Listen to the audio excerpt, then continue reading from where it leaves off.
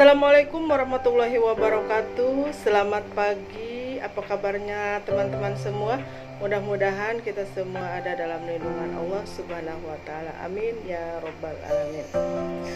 Berjumpa kembali dengan saya Nuryeti dari Pokjar Kerawang. Saya mahasiswa Universitas Pancasakti semester 8. Kali ini video ini saya buat sebagai pengganti UAS dari mata kuliah PKP, yaitu pemantapan kemampuan profesional dengan dosen pengampu Bapak Chandra Apriansah MPD. Baiklah teman-teman, pada kesempatan kali ini saya akan mempresentasikan sebuah judul, yaitu penyusunan materi, sumber dan media pembelajaran, kegiatan pembelajaran, dan lembar kerja anak. Yang pertama adalah penyusunan materi. Dalam penyusunan materi untuk pembelajaran anak usia dini, mula-mula guru menentukan capaian kemampuan yang harus dimiliki oleh anak.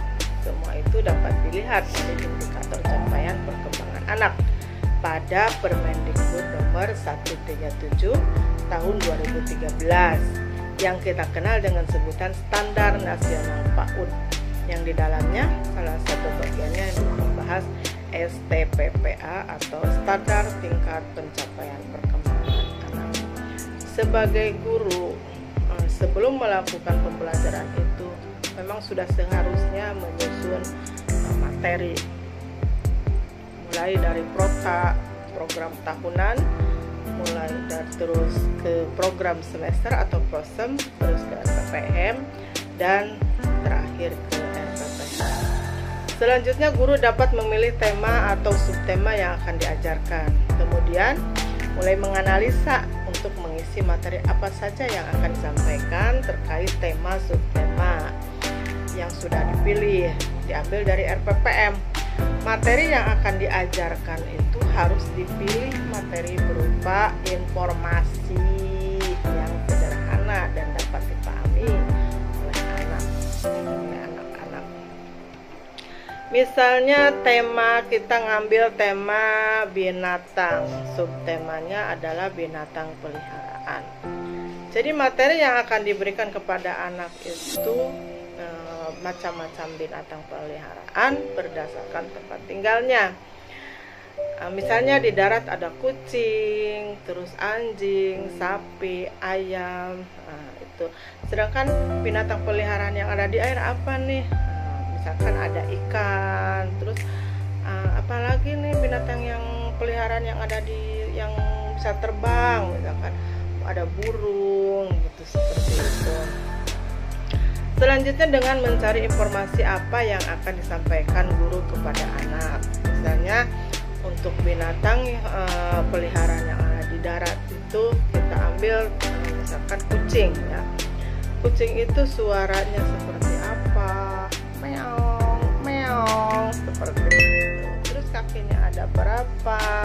Telinganya ada berapa? Ekornya bagaimana? Panjang apa pendek? Terus warnanya juga apa? Kita semua itu kita informasikan kepada anak. Makanan kucing itu apa? Itu harus diinformasikan kepada anak. Dalam menentukan kegiatan pembelajaran dengan indikator kompetensi perkembangan yang ingin dicapai, guru harus kembali pada 6 aspek pengembangan yang akan menjadi fokus pengembangan dalam kegiatan pembelajaran. Yang pertama yaitu perkembangan nilai agama dan moral. Nah, di sini perkembangan nilai agama dan moral itu harus sesuai dengan tema-temanya apa. Misalnya temanya kucing. Nah, kita kembangkan nilai agama dan moral itu. Apa, misalkan kucing itu ciptaan siapa, terus bagaimana kita bersyukur kepada Allah atas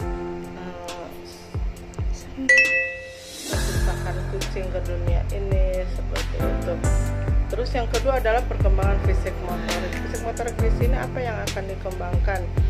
Fisik motoriknya terkait dengan tema, misalkan untuk fisik motorik kasarnya kita tirukan gerakan kucing.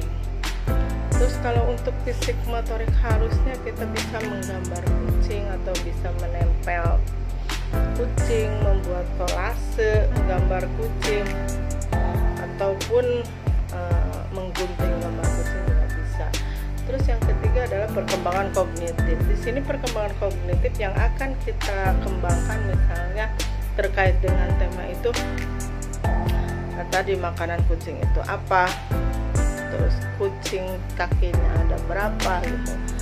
Jadi ada di stimulus, anak itu distimulus supaya anak tahu tentang informasi kucing, hafal gitu, informasi tentang kucing, warnanya apa, telinganya ada berapa, sesuai dengan apa yang kita berikan di awal gitu, tentang informasi tentang kucing. Yang keempat adalah perkembangan bahasa. Perkembangan bahasa di sini kita bisa mengembangkan bahasa tentang kucing, pengetahuan tentang kucing. Di situ kan anak bisa mendapatkan kosakata baru yang tadinya anak tidak tahu makanan kucing itu apa, atau terus yang tadinya anak warna ini warna apa sih kucing itu warna apa. Nah, sekarang kita beritahu itu. Perkembangan bahasa juga bisa melalui berdongeng, kita melakukan cerita tentang kucing seperti itu. Yang kelima adalah perkembangan sosial emosional. Bagaimana sih cara kita mengembangkan perkembangan sosial emosional terkait tema? Di situ kan temanya adalah kucing, binatang peliharaan. Bagaimana sih kita memberikan makanan kepada kucing, cara memberikan makanan kepada kucing, terus juga bagaimana cara anak merapihkan alat bermain setelah bermain seperti itu. Apakah anak bisa merapihkannya, alat-alat setelah bermain seperti itu. Yang keenam, yang terakhir adalah perkembangan seni. Di dalam perkembangan seni ini kita bisa mengembangkan seni anak, bisa dengan bernyanyi, terus bisa dengan menggambar, bisa dengan mewarnai, ataupun banyak lagi. B adalah sumber media dan media pembelajaran. Sumber belajar adalah bahan rujukan materi yang digunakan guru untuk disampaikan kepada anak. Kita bisa mencari sumber dari mana saja, boleh dari buku ataupun dari YouTube ataupun dari video, apa saja kita jadikan sumber pembelajaran. Selanjutnya, sumber rujukan dapat dikatakan sebagai referensi guru dalam melaksanakan kegiatan pembelajaran agar kegiatan pembelajaran lebih bermakna dan efisien. Sumber belajar itu tidak hanya berupa buku, tetapi dapat juga berupa film. Kita dapat dari CD misalkan, terus kita bisa dapat dari lingkungan sekitar kita, dari orang-orang, dari guru dan anak itu sendiri, atau dari pesan, ya, benda-benda yang ada, kegiatan yang dilakukan dengan media audio atau suara hewan, lagu, cerita, seperti itu. Selanjutnya, media pembelajaran adalah alat bantu mengajar yang digunakan guru dan mempunyai fungsi dapat lebih menjelaskan maksud serta tujuan dari kegiatan pembelajaran tersebut. Pada media pembelajaran terdapat unsur informasi yang akan disampaikan kepada anak agar anak mempermudah anak untuk menangkap dan memahami apa yang akan disampaikan guru.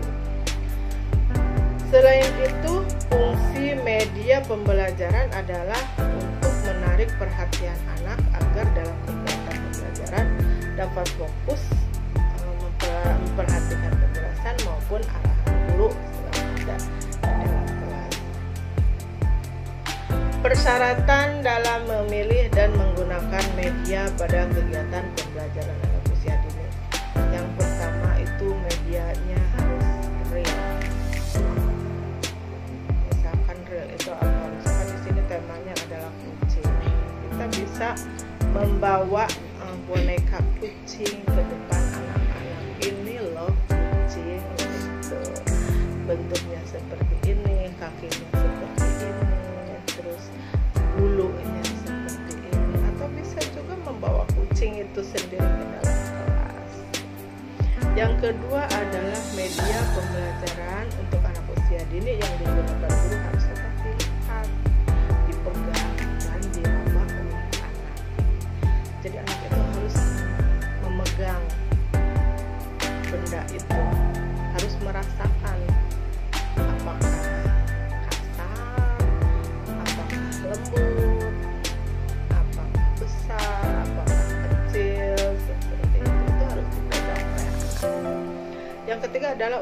media pembelajaran yang digunakan guru harus sesuai kebutuhan proses pembelajaran yang dilaksanakan. 4 adalah media pembelajaran yang digunakan guru anak usia dini harus memiliki pewarnaan yang menarik untuk menarik perhatian anak. Jadi kalau kita membuat media pembelajaran itu harus menggunakan warna-warni. Kalau saya di sini misalkan membuat media itu membuat media angka. Nah, di dalam angka itu kita kasih warna-warni, bukan hanya warna hitam saja, warna merah, terus hurufnya itu juga harus warna-warni. Yang kelima adalah bahan dan bentuk media itu sendiri tidak berbahaya bagi anak. Aspek keamanan dan keselamatan. Media harus terbuat dari bahan yang tidak membahayakan, misalkan kardus, atau kalau kita mau buat plastisin itu misalkan kita buat sendiri dari terigu, jadi bukan dari bahan-bahan kimia yang bisa membahayakan anak. C. Kegiatan pembelajaran. Kegiatan pembelajaran adalah rangkaian proses antara guru dengan anak dalam mencapai tujuan pembelajaran. Kegiatan pembelajaran yang disusun guru kembali lagi harus mengacu pada tema subtema yang dipilih dan ditetapkan guru dari RPPM. Kegiatan itu harus sinkron dengan RPPH, dengan tema, dengan RPPM yang diambil terus turun ke RPPH, dan itu temanya harus sinkron di RPPH. Menyusun LKA untuk tugas pembelajaran. Lembar kerja anak atau LKA adalah lembar kerja yang dibuat guru maupun yang diambil dari buku paket atau majalah anak di sekolah. Lembar kerja ini isinya harus mengacu kepada tema subtema yang telah dipilih dan ditetapkan guru dalam kegiatan pembelajaran, aspek pengembangan dan indikator ketercapaian pembelajaran. Jadi ketika kita menyampaikan tema kucing, tema binatang atau tema binatang peliharaan, itu juga pembelajarannya juga harus tentang kucing. LKA-nya juga harus sesuai dengan tema itu tentang kucing. Jadi jangan ketika kita memberikan informasi kucing, terus anak kegiatannya membuat yang lain, itu tidak sinkron. Terus lembar kerja anak ini akan diberikan kepada anak, terus diselesaikan sesuai dengan perintah yang ditetapkan oleh guru. Nah, anak mengerjakan sesuai dengan perintah guru, seperti itu. Mungkin sekian saja presentasi dari saya, kurang lebihnya mohon maaf. Sebelumnya saya ucapkan terima kasih. Wassalamualaikum warahmatullahi wabarakatuh.